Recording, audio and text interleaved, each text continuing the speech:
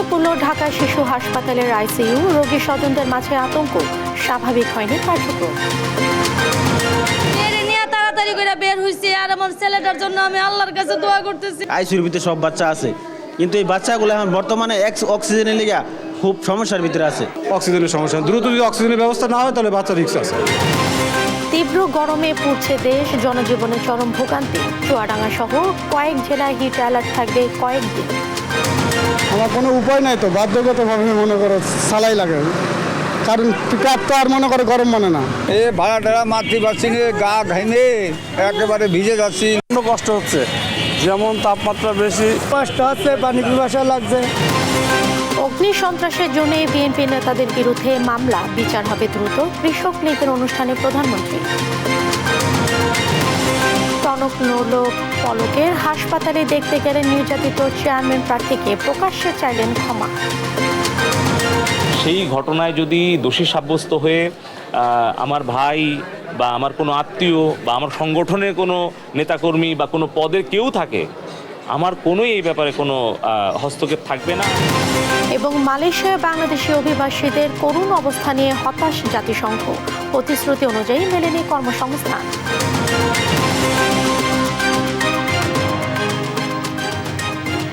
আমন্ত্রণ সংবাদ রাতে, সঙ্গে আছে আমি জেসিকা আবেদিন।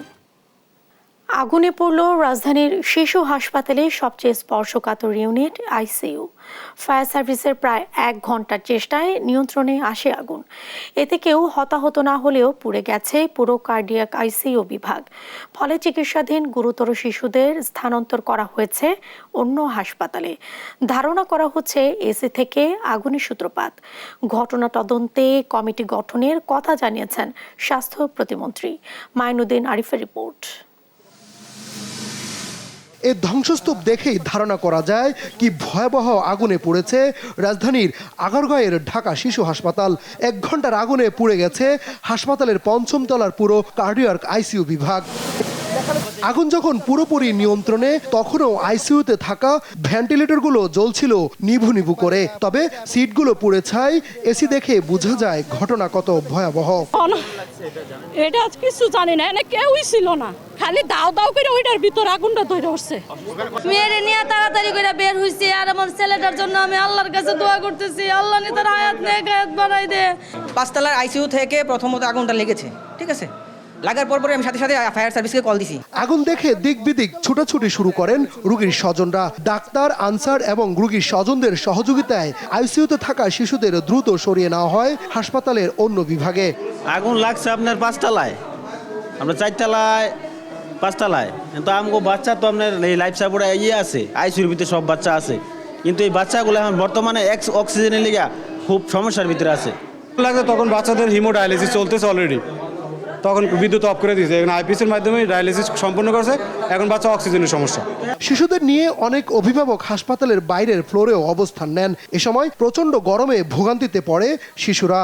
আমি আমার বাচ্চাটা নিয়েছি, আর 2টা বাচ্চার মাথার উপরে, সিটের মাথার উপরে, কিন্তু হ্যাঁ কোনো মানুষই যাইতে দেয় না। আমি বাইরে আয়া পড়ছি। সবাই আগে বাচ্চাকে নিয়েই বেরোইছে, কারণ আগে নিজের বাচ্চা যখন সুস্থ থাকলে হয়, নিজে বাচ্চা নিজে মরলেও কোনো সমস্যা নেই, কিন্তু নিজের বাচ্চাকে সবার আগেই বাঁচানো উচিত। আইসিইউতে থাকা গুরুতর শিশুদের পার্শ্ববর্তী হাসপাতাল সোহরাওয়ার্দীতে স্থানান্তর করা হয়েছে বলে জানান হাসপাতালের পরিচালক। প্রত্যেকটা বিছানা রোগীগুলো কিন্তু আমরা ঠিক মতো অন্যান্য হাসপাতাল প্লাস আমাদের নিজস্ব সিসিএমডি থেকে, আমাদের কার্ডিয়াক আইসিইউ থেকে, আমরা পিআইসিইউ আছে, আমাদের এইচডিইউ আছে, আমাদের এনআইসিইউ আছে, এই সমস্ত রোগীগুলোকে কিন্তু আমরা সরাই। আগুনের খবর পেয়ে হাসপাতালে ছুটে আসা স্বাস্থ্য প্রতিমন্ত্রী জানান কিভাবে লেগেছে আগুন তা খতিয়ে দেখবে তদন্ত কমিটি। ওইখানে যে জিনিসগুলি আছে, শুধু এসি না, চেয়ার টেবিল থেকে শুরু করে যতগুলি জিনিস আছে সবকিছুই খুঁটিয়ে দেখে তদন্ত কমিটি আমাদেরকে জানাবেন, শুধুমাত্র একটা এসি বা একটা ফ্যান দিয়ে না। হ্যাঁ, তবে ফায়ার সার্ভিস প্রাথমিক ধারণা করছেন এসি থেকেই হতে পারে আগুনের সূত্রপাত। আমরা কোনো হতাহত পাইনি। প্রথমেই থেকেই ভিতরেও আটকা পড়ে যারা ছিল দ্রুত বের হতে সক্ষম হয়েছে, আমরা ওদেরকে বের করেছি এবং সেক্ষেত্রে ভিতরেও আগুন নির্বাপন পরবর্তী সময়ে আমরা পুরোটা সার্চ করে দেখেছি। ফায়ার সার্ভিসের 1 ঘন্টার চেষ্টায় দুপুর 1:30টায় লাগায় আগুন নিয়ন্ত্রণে আসে 2:40 মিনিটে। আগুন নিয়ন্ত্রণে ফায়ার সার্ভিসের সঙ্গে যুক্ত হয় নৌবাহিনীও। মাইনুদ্দিন আরিফ, দেশ টিভি, ঢাকা। দেশজুড়ে প্রতিদিনই বাড়ছে গরমের তীব্রতা, এতে অতিষ্ঠ জনজীবন। জেলায় জেলায় হিট অ্যালার্ট জারি করে চলছে মাইকিং। আবহাওয়ার এমন বিরূপ প্রভাবে সবচেয়ে বেশি দুর্ভোগে নিম্ন আয়ের খেটে খাওয়া মানুষ। হাসপাতালগুলোতে বাড়ছে রোগী। আসছে সপ্তাহে তাপদাহ আরও বাড়বে এমন পূর্বাভাস দিয়েছে আবহাওয়া অফিস। সহকর্মী মাইনুদ্দিন আরিফ, খায়রুজ্জামান সেতু ও মিশু শেখকে সঙ্গে নিয়ে আরও জানাচ্ছেন জুবাইর রাজিন। বৈশাখের খরতাপে পুড়ছে দেশ। মেহেরপুরে গরমের তীব্রতা এতটাই বেশি যে অনেক সড়কে গলে গেছে পিচ। ভ্যাপসা গরমে হাঁসফাঁস অবস্থা শ্রমজীবী মানুষের। ক্লান্ত দেহে কিছুটা জিরিয়ে নেয়ার চেষ্টা। অনেকে ভিড় করছেন সড়কের পাশের শরবতের দোকানগুলোতে। তীব্র তাপদাহে সবচেয়ে বিপাকে নিম্ন আয়ের খেটে খাওয়া মানুষ।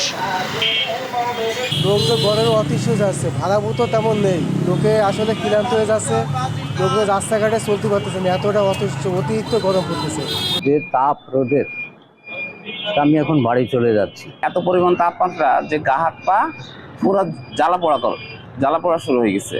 অন্যান্য বছরের থেকে তাপমাত্রা অনেক বেশি। 4 দিন ধরেই দেশের সর্বোচ্চ তাপমাত্রা চুয়াডাঙ্গায়। শুক্রবার এ জেলায় তাপমাত্রা রেকর্ড করা হয় 41.3 ডিগ্রি। তীব্র তাপদাহ নিয়ে 2 দিন ধরেই হিট অ্যালার্ট জারি করে চলছে মাইকিং।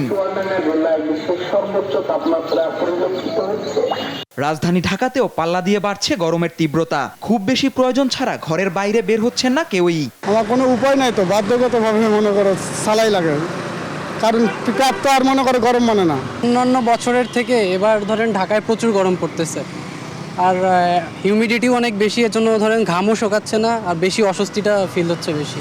এখন কি করবো, আমাদের তো এখন চলতে হবে, গরম হইলে তো করার নাই কিছু। খুলনা অঞ্চলে আপাতত বৃষ্টির সম্ভাবনা নেই।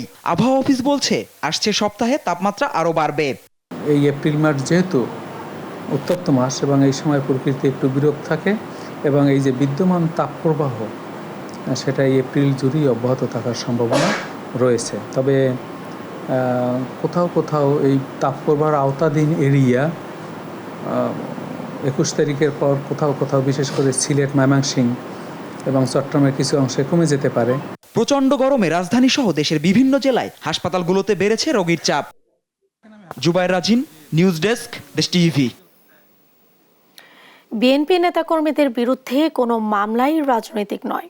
কৃষক লীগের প্রতিষ্ঠা বার্ষিকীতে গণভবনে নেতাদের সঙ্গে শুভেচ্ছা বিনিময়ের সময় কথা বলেন আওয়ামী লীগ সভাপতি ও প্রধানমন্ত্রী শেখ হাসিনা। সন্ত্রাস, নৈরাজ্য আর অগ্নিসন্ত্রাসের মতো অপরাধেই মামলা হয়েছে জানিয়ে তিনি বলেন, এগুলো দ্রুত শেষ করা উচিত। জয় যাদব রিপোর্ট। প্রতিষ্ঠার 52 বছর পূর্তিতে কৃষক লীগের সাংগঠনিক নেত্রী প্রধানমন্ত্রী শেখ হাসিনাকে ফুল দিয়ে শুভেচ্ছা জানান আওয়ামী লীগের এই সহযোগী সংগঠনের কেন্দ্রীয় নেতারা। শুক্রবার সকালে গণভবনে শুভেচ্ছা বিনিময় শেষে শেখ হাসিনা 2001-এর নির্বাচন পরবর্তী বিএনপি জামাত জোটের সহিংসতার চিত্র তুলে ধরেন।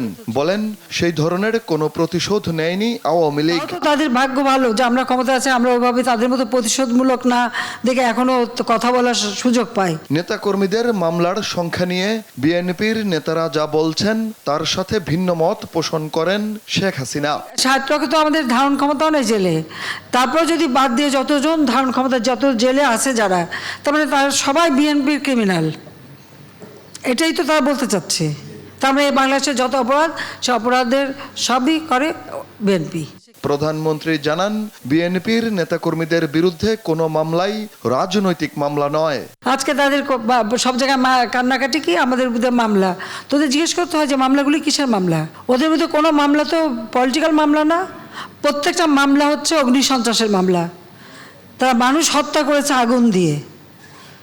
এই তো 28 অক্টোবর যে ঘটনা তারা ঘটালো, এই নির্বাচন ঠেকাতে যে রেলে আগুন দিয়ে যে মা শিশুকে পুড়িয়ে মারলো, তো যারা এগুলি করবে তাদের বিরুদ্ধে মামলা হবে না? তাদেরকে কি মানুষ পূজা করবে? তবে এই মামলাগুলি আরও দ্রুত শেষ করে এগুলির শাস্তিগুলি আরও দিয়ে দেওয়া উচিত, তাহলে এই কান্নাকাটি কমতে পারবে। এ সময় কৃষি উৎপাদন ব্যবস্থা সমবায় ভিত্তিক করার পরামর্শ দেন সরকার প্রধান। আমাদের ওই সমবায় ফিরতে হবে, সমবায় করতে হবে। যার যার জমি থাকবে, ফসল উৎপাদন যখন হবে, উৎপাদিত ফসলের একটা অংশ মালিকরা পাবে, যে শ্রম দেবে আমার কিষানি তারা পাবে একটা অংশ, আর একটা অংশ থাকবে সরকারের কাছে ওই সমবায়ের মাধ্যমে, যেন এই সমস্ত কৃষি উপকরণগুলি অর্থাৎ সার, বীজ বা সেচ এবং চাষ করা, ধান কাটা, এই সব কিছু ব্যবস্থা এর মাধ্যমে হবে। বিশ্বের নানা প্রান্তে চলছে যুদ্ধ, এজন্য নিজেদের খাদ্য উৎপাদন বাড়ানোর তাগিদ দিলেন প্রধানমন্ত্রী। বলেন, পরনির্ভরশীলতা কমিয়ে হতে হবে সাশ্রয়ী। আমাদের উৎপাদন বাড়াতে হবে, আপৎকালীন সময় মজুদ রক্ষা করতে হবে, সাশ্রয়ী হতে হবে। জয় যাদব, দেশ টিভি, ঢাকা। বাংলাদেশ কোনো বিপদে নেই, বিপদে আছে বিএনপি। কৃষক লীগের প্রতিষ্ঠা বার্ষিকীর আলোচনায় এ মন্তব্য করেন আওয়ামী লীগের সাধারণ সম্পাদক ওবায়দুল কাদের। সভায় দলের কেন্দ্রীয় নেতারা জানান, বাংলাদেশ নিয়ে দেশি বিদেশি ষড়যন্ত্র এখনো চলছে। তৌফিক মাহমুদ, মুন্নার রিপোর্ট। কৃষক লীগের 52তম প্রতিষ্ঠা বার্ষিকী উপলক্ষে আলোচনা সভা। রাজধানী কৃষিবিদ ইনস্টিটিউটে এই আলোচনার সভায় প্রধান অতিথি হিসেবে যোগ দেন আওয়ামী লীগের সাধারণ সম্পাদক ওবায়দুল কাদের। উপস্থিত ছিলেন আওয়ামী লীগের কেন্দ্রীয় নেতারাও। নির্বাচন শেষ হলেও দেশি বিদেশি ষড়যন্ত্র অব্যাহত আছে উল্লেখ করে কেন্দ্রীয় নেতারা নেতাকর্মীদের প্রস্তুত থাকার নির্দেশনা দেন। আজকে কৃষক লীগ অত্যন্ত শক্তিশালী একটা সংগঠনে রূপান্তর হয়েছে। সেই সংগঠনকে আরো শক্তিশালী শক্তি অর্জন করে আমাদের প্রত্যেকটি ওয়ার্ড, ইউনিয়ন, থানা পর্যায়ে আমাদের শক্তিশালী সংগঠন গড়ে তুলে যে কোনো ষড়যন্ত্র এবং চক্রান্ত যাতে আমরা মোকাবেলা করতে পারি, আর সেই ষড়যন্ত্রকারী চক্রকারীদের দাঁত ভাঙা আমরা জবাব দিতে পারি, তার জন্য আমাদের প্রস্তুত থাকতে হবে। এই বিএনপি জামাতিদের, দুঃশাসকদের, দুঃসময়ের দুর্নীতিবাজদের, দুঃসময়ে মানুষের দুঃখ বেদনাকে পুঁজি করে যারা রাজনৈতিক ফায়দা লুটতে চায়, যারা দেশের মানুষের জন্য আশীর্বাদ নয় অভিশাপ হিসাবে বারবার আবির্ভূত হয়। আওয়ামী লীগ সাধারণ সম্পাদক জানান, কৃষক লীগের গুলশান বাড়িধারায় থাকার দরকার নেই। আমি তো মনে করি না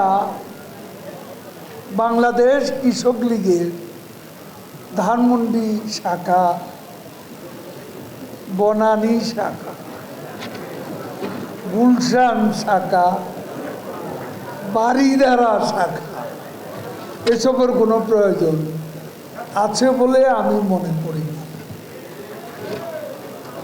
একসময় এমনও ছিল, শুনতাম কুয়েতে কৃষক লীগ, কাতারে কৃষক লীগ। বিএনপি বিপদে আছে উল্লেখ করে ওবায়দুল কাদের বলেন, বিএনপির কর্মীরাও দলটির ভবিষ্যৎ নিয়ে এখন চিন্তিত।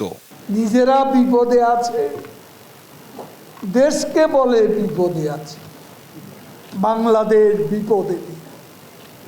শেখ হাসিনা যতক্ষণ আছে ইনশাআল্লাহ বাংলাদেশ তার যথাযথ উচ্চতায় অধিষ্ঠিত।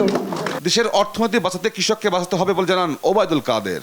ঢাকা জেলা উত্তর কৃষক লীগ। তৌফিক মাহমুদ, মুন্না, দেশ টিভি, ঢাকা। এদিকে বিএনপি নেতাকর্মীদের বিরুদ্ধে সরকারি নাশকতার মামলা দিচ্ছে বলে দাবি করেছেন দলটির নেতারা। সকালে জাতীয় প্রেস ক্লাবের সামনে এক অবস্থান কর্মসূচিতে একথা জানান তারা। হুঁশিয়ারি দেন, ক্ষমতায় ফিরলে আওয়ামী লীগ নেতা কর্মীদেরও ছাড় দেওয়া হবে না। সাইফুল রিপনের রিপোর্ট। বিএনপি ও এর সহযোগী অঙ্গ সংগঠনের নেতাকর্মীদের মুক্তির দাবিতে শুক্রবার সকালে জাতীয় প্রেস ক্লাবের সামনে অবস্থান কর্মসূচির আয়োজন করে জিয়া প্রজন্ম দল জেপিডি। গণতন্ত্রকে হত্যা করে একদলীয় শাসন ব্যবস্থা কায়েম করেছে।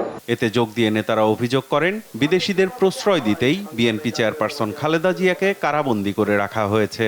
বলেন, দেশের মানুষ 7 জানুয়ারির ভোট প্রত্যাখ্যান করলেও ক্ষমতাসীনরা মিথ্যাচার করছে। এই দেশকে বিদেশি প্রভুদের হাতে যেন প্রশ্রয় দেওয়া যায়। আমার নেত্রীকে দীর্ঘদিন তার অন্তরীণ রাখার অন্যতম কারণ হচ্ছে এই দেশ থেকে হাজার হাজার কোটি টাকা বিদেশে যেন পাচার করা যায়। গত 7 তারিখে নির্বাচন হয়েছে, একটি দামি নির্বাচন, সেখানে ভোট হয়নি। তারপরেও এই সরকার তাহা মিথ্যা কথা, ওতে তাদের সাবেক সাধারণ সম্পাদক ওবায়দুল কাদের, তারা নাকি ভোটে নির্বাচিত। এদেশের মানুষ আর ধাপ্পাবাজি রাজনীতি পছন্দ করে না। ঢাকা মহানগর দক্ষিণ বিএনপির আহ্বায়ক বলেন, নেতাকর্মীদের কারাগারে নিয়ে আন্দোলন দমানো যাবে না। আজকে কার নামে মামলা নাই? বিএনপি করলে যে মরে গেছে, যে কবরে চলে গেছে, তার নামেও মামলা আছে। যে কবরে চলে গেছে তারও সাজা দেওয়া হয়েছে। যতদিন পর্যন্ত মানুষের ভোটের অধিকার না আসবে, মানুষের গণতান্ত্রিক অধিকার ফিরে না পাবে, ততদিন বিএনপি আন্দোলন করেই যাবে। আওয়ামী লীগকে বাইরে রেখে, বিএনপিকে জেলে রেখে এই দেশে শান্তি আসবে না। এই দেশে শান্তি আসতে হলে আওয়ামী লীগকে জেলে রাখতে হবে, বিএনপিকে বাইরে থাকতে হবে। আর বিএনপি নেতা রুহুল কবির রিজভী দাবি করেন, রাজনৈতিক কারণেই বিএনপি নেতা কর্মীদের বিরুদ্ধে নাশকতার মামলা দেয়া হচ্ছে তা প্রমাণিত।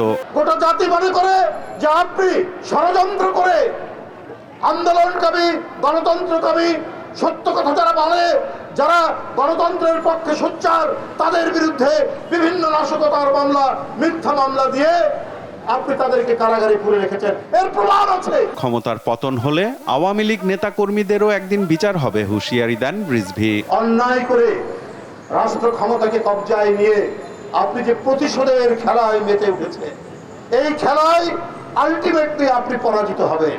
সাইফুল রিপন, দেশ টিভি, ঢাকা। উপজেলা নির্বাচনে মনোনয়ন দাখিলের জেরে শ্যালকের একমাত্র প্রতিদ্বন্দ্বীকে অপহরণ ও নির্যাতনের ঘটনায় দুঃখ প্রকাশ করে ক্ষমা চেয়েছেন তথ্য ও যোগাযোগ প্রযুক্তি প্রতিমন্ত্রী জুনায়েদ আহমেদ পলক। শুক্রবার সকালে রাজশাহী মেডিকেল কলেজ হাসপাতালে নির্যাতিত দেলোয়ারকে দেখতে গিয়ে তিনি সাংবাদিকদের বলেন, দোষীরা ছাড় পাবে না। রাজশাহী থেকে কাজী শাহেদের রিপোর্ট, জানাচ্ছেন মাহমুদ হাসান। গেল সোমবার অনলাইনে মনোনয়নপত্র জমা দেওয়ার পর নাটোর জেলার নির্বাচন অফিসে গেলে উপজেলা চেয়ারম্যান প্রার্থী দেলোয়ার হোসেনকে গাড়িতে তুলে নেওয়া হয়। সিসিটিভি ফুটেজে দেখা যায় দেলোয়ারকে জোর করে গাড়িতে তুলছেন কয়েকজন। দেলোয়ার হোসেন প্রতিদ্বন্দ্বিতা করছেন উপজেলা আওয়ামী লীগের সাধারণ সম্পাদক লুৎফুল হাবিব রুবেলের বিরুদ্ধে। আলোচিত এ লুৎফুল কবির তথ্য ও যোগাযোগ প্রযুক্তি প্রতিমন্ত্রী জুনায়েদ আহমেদ পলকের শ্যালক। পরে অপহৃত দেলোয়ার হোসেন সহ 4 জনকে বেধড়ক মারধর করে আহত অবস্থায় ফেলে যায় দুর্বৃত্তরা। আহত অবস্থায় তাদের ভর্তি করা হয় রাজশাহী মেডিকেল কলেজ হাসপাতালে।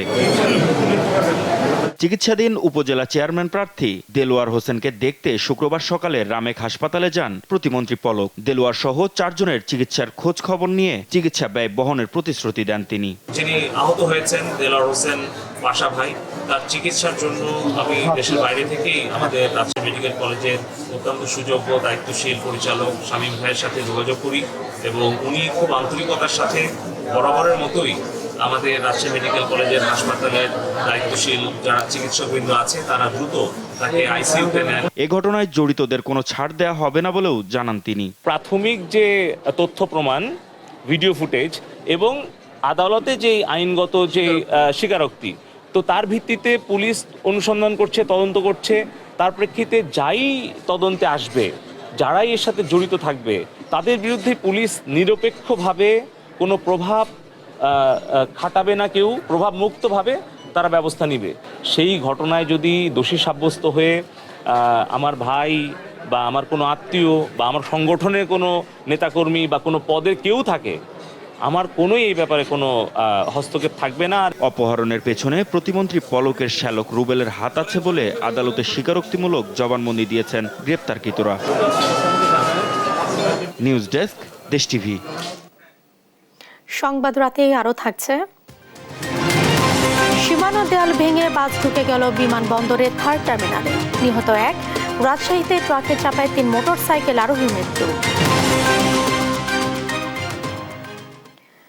মালয়েশিয়ায় বাংলাদেশি অভিবাসীদের মানবেতর জীবনযাপন নিয়ে হতাশা প্রকাশ করেছে জাতিসংঘ। একই সঙ্গে অবৈধ উপায়ে দেশটিতে শ্রমিক নিয়োগে কাজ করা নেটওয়ার্কগুলোর বিরুদ্ধে তদন্তেরও আহ্বান জানানো হয়েছে। এক বিবৃতিতে জাতিসংঘ বলছে, কর্মসংস্থানের আশায় সরকারের নিয়ম মেনেই দেশটিতে যান অনেক বাংলাদেশি, তবে প্রতিশ্রুতি অনুযায়ী মেলেনি কর্মসংস্থান। এতে চরম বিপাকে তারা। অনেকের ভিসার মেয়াদ শেষ করতে বাধ্য করা হয়। ফলে এই অভিবাসীরা গ্রেফতার, আটক, দুর্ব্যবহার এবং নির্বাসনের ঝুঁকিতে পড়েছেন। এই অবস্থায় বাংলাদেশি শ্রমিকদের যেন কোনো ধরনের শোষণ ও মানবাধিকার লঙ্ঘন করা না হয়, এজন্য প্রয়োজনীয় ব্যবস্থা নিতে বলেছে জাতিসংঘের মানবাধিকার বিষয়ক বিশেষ প্রসিডিওর্স।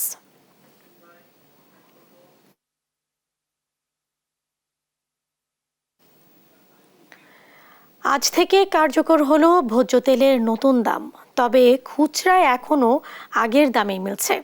ঈদের পর কিছুটা স্বস্তি সবজির বাজারে। ডিমের দাম আগের মতো থাকলেও ব্রয়লার ও সোনালী মুরগি কেজিতে বেড়েছে 20 টাকা।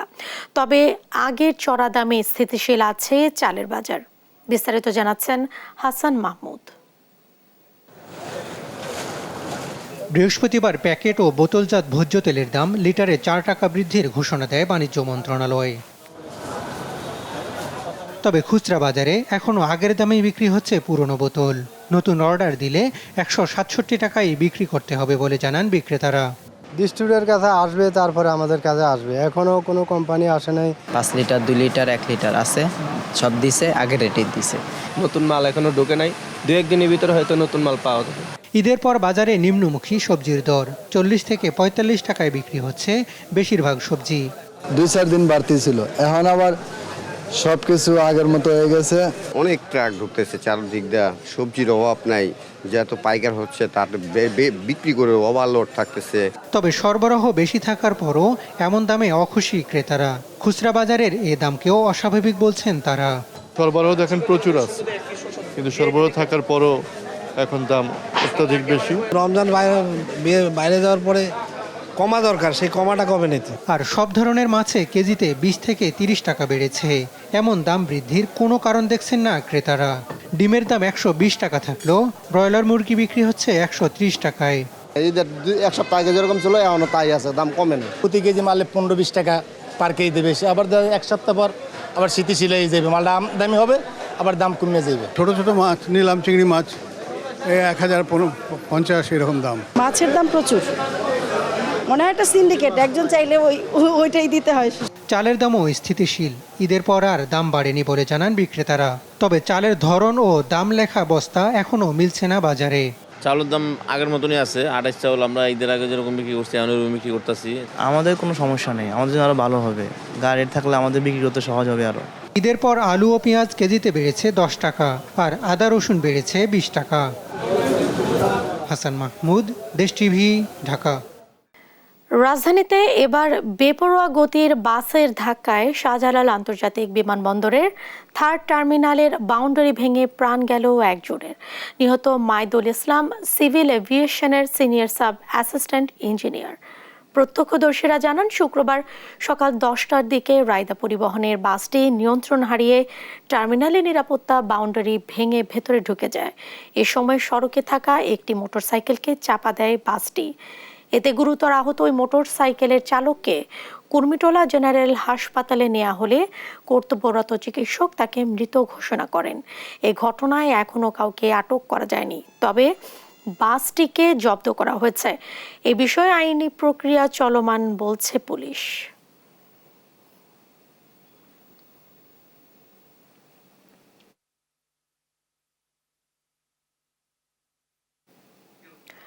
রাজশাহীর পবা উপজেলার মুরারিপুর এলাকায় ড্রাম ট্রাকে চাপায় মোটরসাইকেল আরোহী 3 যুবক নিহত হয়েছেন। দুর্ঘটনায় আরও 2 জন আহত হয়েছে। শুক্রবার বিকেল 4:30টার দিকে এই দুর্ঘটনাটি ঘটে। রাজশাহী নগরীর দামকুড়া থানার ভারপ্রাপ্ত কর্মকর্তা আলী আকবর জানান, 2টি মোটরসাইকেলে 5 জন আরোহী বিকেল 4টার দিকে শহরের দিকে বেড়াতে যাচ্ছিল। তারা মুরারিপুর এলাকায় যাওয়ার পর নগরী থেকে ছেড়ে যাওয়া একটি ড্রাম ট্রাক মোড়ে বাঁক নিতে যায়। এ সময় সামনে একটি অটোরিকশা পড়ে গেলে ট্রাকের চালক অটোরিকশাকে সাইড দিতে গিয়ে মোটরসাইকেল চালক 2 আরোহীকে চাপা দেয়। এতে দুর্ঘটনাস্থলেই 2 জন নিহত হয়। হাসপাতালে নেওয়ার পর মারা যান আরও একজন। এ সময় মোটরসাইকেলে থাকা আরও 2 জন গুরুতর আহত হন।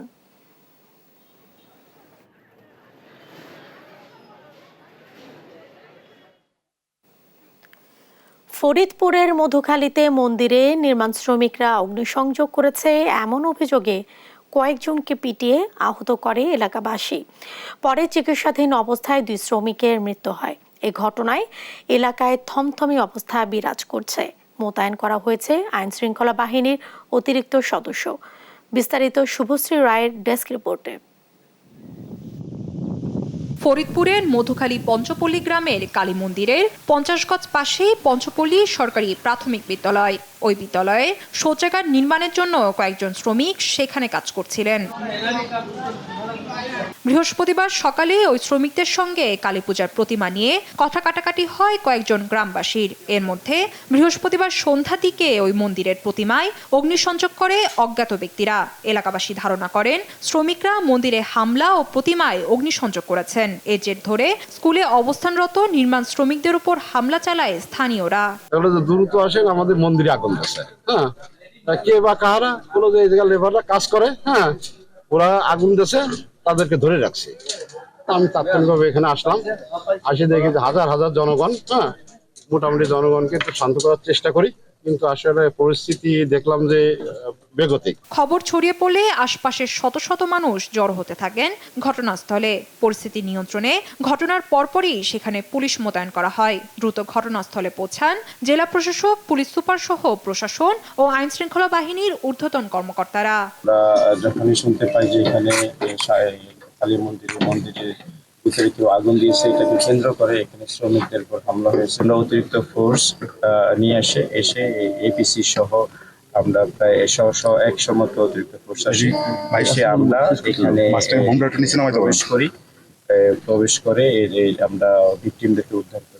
আহত 7 শ্রমিককে উদ্ধার করতে গিয়ে এলাকাবাসীর প্রতিরোধের মুখে পড়ে পুলিশের সদস্যরা। এই সময় পুলিশ ফাঁকা গুলি ও সাউন্ড গ্রেনেড ছুড়ে আহত 7 জনকে উদ্ধার করে ফরিদপুর বঙ্গবন্ধু শেখ মুজিব মেডিকেল কলেজ হাসপাতালে পাঠায়। রাতেই সেখানে 2 জনের মৃত্যু হয়। 2 জন মারা গিয়েছেন, একজন আসার সাথে সাথেই মারা গিয়েছেন এবং আরেকজন এইমাত্র মারা গেলেন। আর 2 জন সিরিয়াসলি ইনজিউর্ড, তাদের আমরা সর্বোচ্চ চিকিৎসা দেওয়ার চেষ্টা করছি। যদি ঢাকা রেফার করার প্রয়োজন হয় তাহলে আমরা ঢাকা রেফার করব। আইন শৃঙ্খলা পরিস্থিতি স্বাভাবিক রাখতে পুলিশের পাশাপাশি শুক্রবার ফরিদপুর শহরের গুরুত্বপূর্ণ মোড় ও মধুখালীতে 4 প্লাটুন বিজিবি মোতায়েন করা হয়।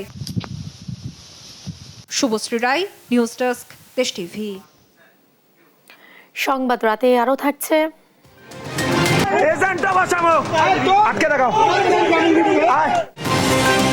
কিছু বিক্ষুব্ধ সংঘর্ষ ছাড়া শান্তিপূর্ণভাবে শেষ হলো ভারতের লোকসভা নির্বাচনের প্রথম ধাপের ভোট গ্রহণ। ভোট করেছে 7%। চলচ্চিত্র শিল্পী সমিতির দ্বিবার্ষিক নির্বাচনের ভোট গ্রহণ শেষে এখন চলছে গণনা। রাতে ঘোষণা হতে পারে ফলাফল। এর আগে ভোট ঘিরে তারকা শিল্পীদের পদচারণায় মুখর হয়ে ওঠে বিএফডিসি প্রাঙ্গণ। সার্বিক পরিবেশে সন্তোষ জানান প্রার্থী ও ভোটাররা। আরো জানাচ্ছেন জুবাইর রাজিন। শুক্রবার সকাল 9:30টায় শিল্পী সমিতির কার্যালয়ে ভোট গ্রহণ শুরু হয়। দুপুরে বিরতি দিয়ে সন্ধ্যা 6:30 পর্যন্ত চলে ভোট গ্রহণ। এর আগে সকাল থেকে নায়ক নায়িকা সহ শিল্পীরা আসতে থাকে এফডিসি প্রাঙ্গণে। তবে সকালে ভোটার উপস্থিতি কম থাকলেও সময় বাড়ার সঙ্গে সঙ্গে এফডিসি প্রাঙ্গণ হয়ে ওঠে তারকায় পরিপূর্ণ। নির্বাচনের পরিবেশ নিয়ে সন্তুষ্টি প্রকাশ করেন সিনে অঙ্গনের তারকারা। দুপুর গড়িয়ে বিকেল হতেই এফডিসি প্রাঙ্গণে প্রবেশ করতে থাকেন চিত্রনায়ক অনন্ত জলিল, আমিন খান, চিত্রনায়িকা ববিতা, মাহিয়া মাহি সহ সবিজের নামিদামি তারকারা।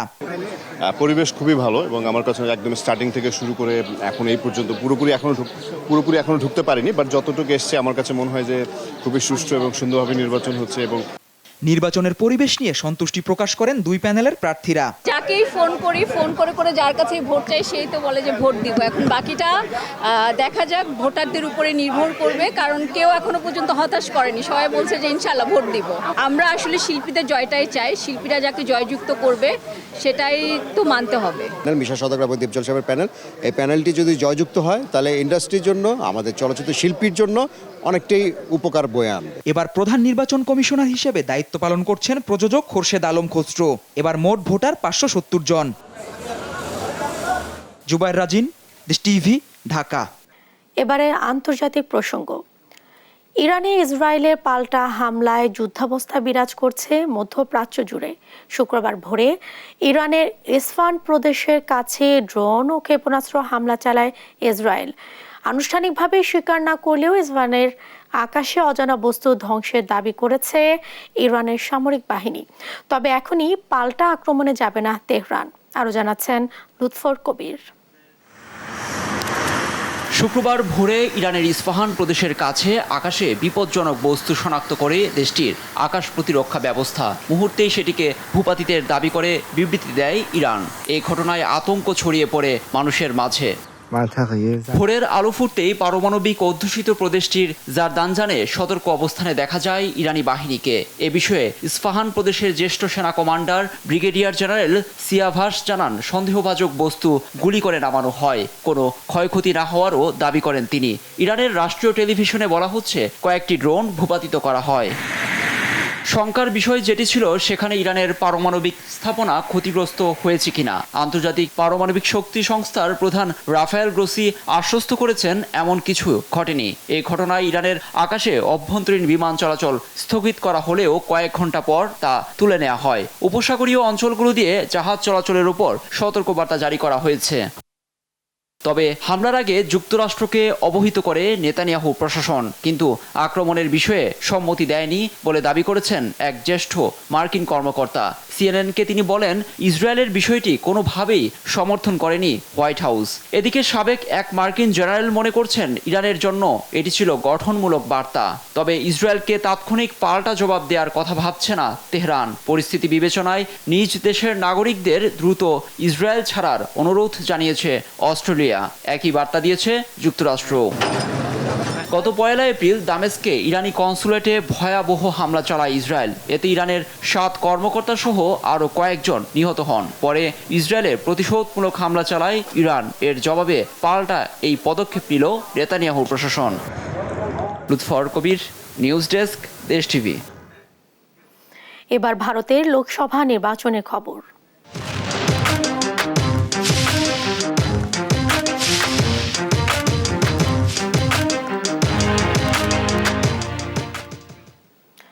কয়েকটি এলাকায় বিক্ষিপ্ত সংঘর্ষ ছাড়া অনেকটা শান্তিপূর্ণভাবেই শেষ হলো ভারতের লোকসভা নির্বাচনের প্রথম দফার ভোট গ্রহণ।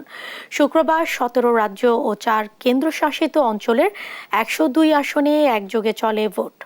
পশ্চিমবঙ্গের কোচবিহারে তৃণমূল বিজেপি সমর্থকদের ধাওয়া পাল্টা ধাওয়া এবং সংঘর্ষের খবর পাওয়া গেছে। ভারতের গণমাধ্যম বলছে এ ধাপে প্রায় 60% ভোট পড়েছে। অন্যের কর্মকারের রিপোর্ট। পশ্চিমবঙ্গের কোচবিহারে ভোট মানেই যেন সহিংসতা। লোকসভা নির্বাচনের ভোট গ্রহণ শুরু হতে না হতেই আরো একবার তার প্রমাণ দিল এ জেলাটি। শুক্রবার স্থানীয় সময় সকাল থেকেই জেলাটিতে থমথমে পরিস্থিতি বিরাজ করে। এক পর্যায়ে তৃণমূল বিজেপি সমর্থকদের মধ্যে উত্তেজনা তৈরি হলে দুপক্ষের মধ্যে ধাওয়া পাল্টা ধাওয়া ও সংঘর্ষের ঘটনা ঘটে। এমনকি তৃণমূল সমর্থকদের বিরুদ্ধে ভোট কেন্দ্র দখলের অভিযোগও তোলেন বিজেপি নেতাকর্মীরা। পশ্চিমবঙ্গে উত্তপ্ত পরিস্থিতি বিরাজ করলেও অন্যান্য রাজ্যে ভোট গ্রহণ চলে মোটামুটি শান্তিপূর্ণ পরিবেশেই। এদিন 17টি রাজ্য ও 4টি কেন্দ্রশাসিত অঞ্চলের 102টি আসনে একযোগে চলে ভোট গ্রহণ। স্থানীয় সময় সকাল 7টা থেকে শুরু হওয়া এই ভোটে ভোটারদের উপস্থিতি ছিল চোখে পড়ার মতো। সকাল থেকেই প্রায় প্রতিটি কেন্দ্রেই ভোটারদের দীর্ঘ লাইনে দাঁড়িয়ে ভোট দিতে দেখা যায়। ভোটের সার্বিক নিরাপত্তা পরিস্থিতি নিয়েও বেশ সন্তুষ্ট তারা। मुझे बहुत अच्छा लगा। मैं हर साल आती हूँ वोट देने के लिए और इस दिन का मुझे इंतजार रहता है। आखिर ये मेरे देश के हित का सवाल है। এদিকে স্থানীয়দের পাশাপাশি ভোট কেন্দ্রে এসে ভোট দিতে দেখা যায় বিভিন্ন হেভিওয়েট প্রার্থীদেরও। সকালে রাজস্থানের জয়পুরে একটি ভোট কেন্দ্রে ভোট দিতে আসেন রাজ্যের মুখ্যমন্ত্রী ভজনলাল শর্মা। অন্যদিকে মেঘালয়ের তুরা এলাকার একটি ভোট কেন্দ্রেও নিজের ভোটাধিকার প্রয়োগ করেন রাজ্যের মুখ্যমন্ত্রী সিএম কনরাড সংমা। এছাড়াও এদিন দক্ষিণ ভারতের বিভিন্ন রাজ্যের কেন্দ্রে কেন্দ্রে দেখা মেলে দক্ষিণী চলচ্চিত্রের তারকাদেরও। ভোট দিতে আসেন সুপারস্টার রজনীকান্ত, কমল হাসান, বিজয় সেতুপতি, ধানুষ, সুরিয়া সহ এক ঝাঁক তারকা। এর আগে সামাজিক যোগাযোগ মাধ্যম এক্সে দেয়া এক পোস্টে লোকসভা নির্বাচন উপলক্ষে মোট 6টি ভাষায় ভোটারদের কাছে ভোট চান প্রধানমন্ত্রী নরেন্দ্র মোদী। একই সঙ্গে নির্বাচনে বিপুল হারে অংশগ্রহণে ভোটারদের প্রতি আহ্বানও জানান তিনি। মোদী বলেন, প্রতিটি ভোটেরই গুরুত্ব আছে, প্রতিটি কণ্ঠস্বরই গুরুত্বপূর্ণ। 7 দফার লোকসভা নির্বাচন শেষ হবে আগামী 1 জুন। আর 26 এপ্রিল দ্বিতীয় দফার ভোট গ্রহণ অনুষ্ঠিত হওয়ার কথা রয়েছে। আর দেশটির শাসনভার কার হাতে যাচ্ছে তা জানতে হলে অপেক্ষা করতে হবে আগামী 4 জুন পর্যন্ত।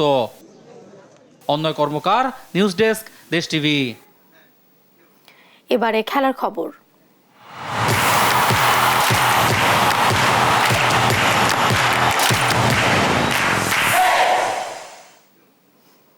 ঢাকা প্রিমিয়ার ডিভিশন ক্রিকেট লিগে নিজ নিজ ম্যাচে জয় পেয়েছে মোহামেডান স্পোর্টিং ক্লাব এবং গাজী গ্রুপ ক্রিকেটার্স ব্রাদার্স ইউনিয়নকে 5 উইকেটে হারিয়েছে মোহামেডান।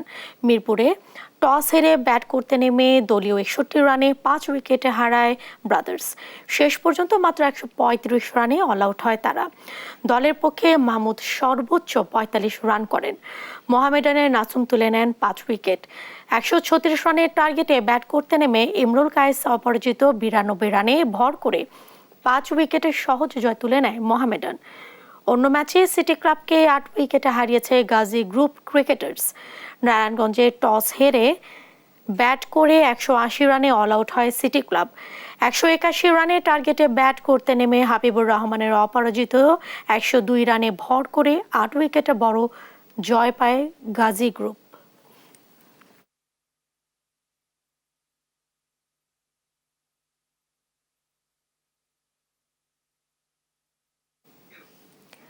বাংলাদেশ প্রিমিয়ার লিগ ফুটবলে নিজ নিজ ম্যাচে জয় পেয়েছে আবাহনী লিমিটেড এবং বাংলাদেশ পুলিশ। শেখ জামালকে 2-1 গোলে হারিয়েছে আবাহনী। গোপালগঞ্জের শেখ ফজলুল হক মনি স্টেডিয়ামে 8 মিনিটে মোহাম্মদ আবদুল্লাহর গোলে এগিয়ে যায় শেখ জামাল। 28 মিনিটে দারুণ এক গোলে আবাহনীকে সমতায় ফেরান ফার্নান্দেজ। আর প্রথমার্ধের যোগ করার সময়ে স্কোর লাইন 2-1 করেন স্টুয়ার্ট। শেষ পর্যন্ত চেষ্টা করেও আর গোলের দেখা পায়নি কোনো দল। এই জয়ে 12 ম্যাচে 22 পয়েন্ট নিয়ে টেবিলের টেনে উঠে এলো আবাহনী। অন্য ম্যাচে ময়মনসিংহের রফিক উদ্দিন ভুইয়া স্টেডিয়ামে কাজেম কিরমনির একমাত্র গোলে শেখ রাসেলের বিপক্ষে জয় পেয়েছে বাংলাদেশ পুলিশ।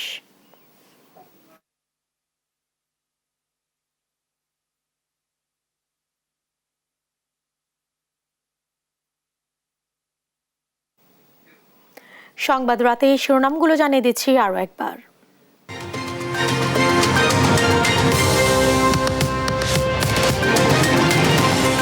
আগুনে পুড়ল ঢাকা শিশু হাসপাতালের আইসিইউ। রোগী স্বজনদের মাঝে আতঙ্ক, স্বাভাবিক হয়নি কার্যক্রম। তাড়াতাড়ি করে বের হইছে আর আমার ছেলেটার জন্য আমি আল্লাহর কাছে দোয়া করতেছি। আইসিইউর ভিতরে সব বাচ্চা আছে, কিন্তু এই বাচ্চাগুলো এখন বর্তমানে অক্সিজেনের লেগে খুব সমস্যার ভিতরে আছে। অক্সিজেনের সমস্যা, দ্রুত যদি অক্সিজেনের ব্যবস্থা না হয় তাহলে বাচ্চা রিস্ক আছে। তীব্র গরমে পড়ছে দেশ, জনজীবনে চরম ভোগান্তি। চুয়াডাঙ্গা সহ কয়েক জেলায় হিট অ্যালার্ট থাকবে কয়েকদিন। আমার কোনো উপায় নাই তো, বাধ্যগতভাবে মনে করো সালাই লাগে, কারণ পিকআপ তো আর মনে করে গরম মানে না। এ ভাড়া টাড়া মারতে পারছি না, গা ঘাইনে একেবারে ভিজে যাচ্ছি। কষ্ট হচ্ছে, যেমন তাপমাত্রা বেশি, কষ্ট হচ্ছে, পানি পিপাসা লাগছে। অগ্নি সন্ত্রাসের জন্য বিএনপি নেতাদের বিরুদ্ধে মামলা, বিচার হবে দ্রুত। কৃষক লীগের অনুষ্ঠানে প্রধানমন্ত্রী। টনক নড়ল পলকের, হাসপাতালে দেখতে গেলে নির্যাতিত চেয়ারম্যান প্রার্থীকে প্রকাশ্যে চাইলেন ক্ষমা। সেই ঘটনায় যদি দোষী সাব্যস্ত হয়ে আমার ভাই বা আমার কোনো আত্মীয় বা আমার সংগঠনের কোনো নেতাকর্মী বা কোনো পদের কেউ থাকে, আমার কোনোই এই ব্যাপারে কোনো হস্তক্ষেপ থাকবে না। এবং মালয়েশিয়ায় বাংলাদেশি অভিবাসীদের করুণ অবস্থা নিয়ে হতাশ জাতিসংঘ। প্রতিশ্রুতি অনুযায়ী মেলেনি কর্মসংস্থান। এই ছিল এখনকার সংবাদ রাত। দেশ টিভির সর্বশেষ সব খবর পেতে ভিজিট করুন www.desh.tv। ফেসবুকে আমাদের সঙ্গে যুক্ত থাকুন দেশ টিভি অথবা দেশ টেলিভিশন পেজে। এছাড়া সর্বশেষ সব ভিডিও পেতে ইউটিউবে আমাদের হ্যান্ডেল @দেশ টেলিভিশন অথবা @দেশ টিভি নিউজ লিখে সার্চ করুন। ধন্যবাদ সাথে থাকার জন্য।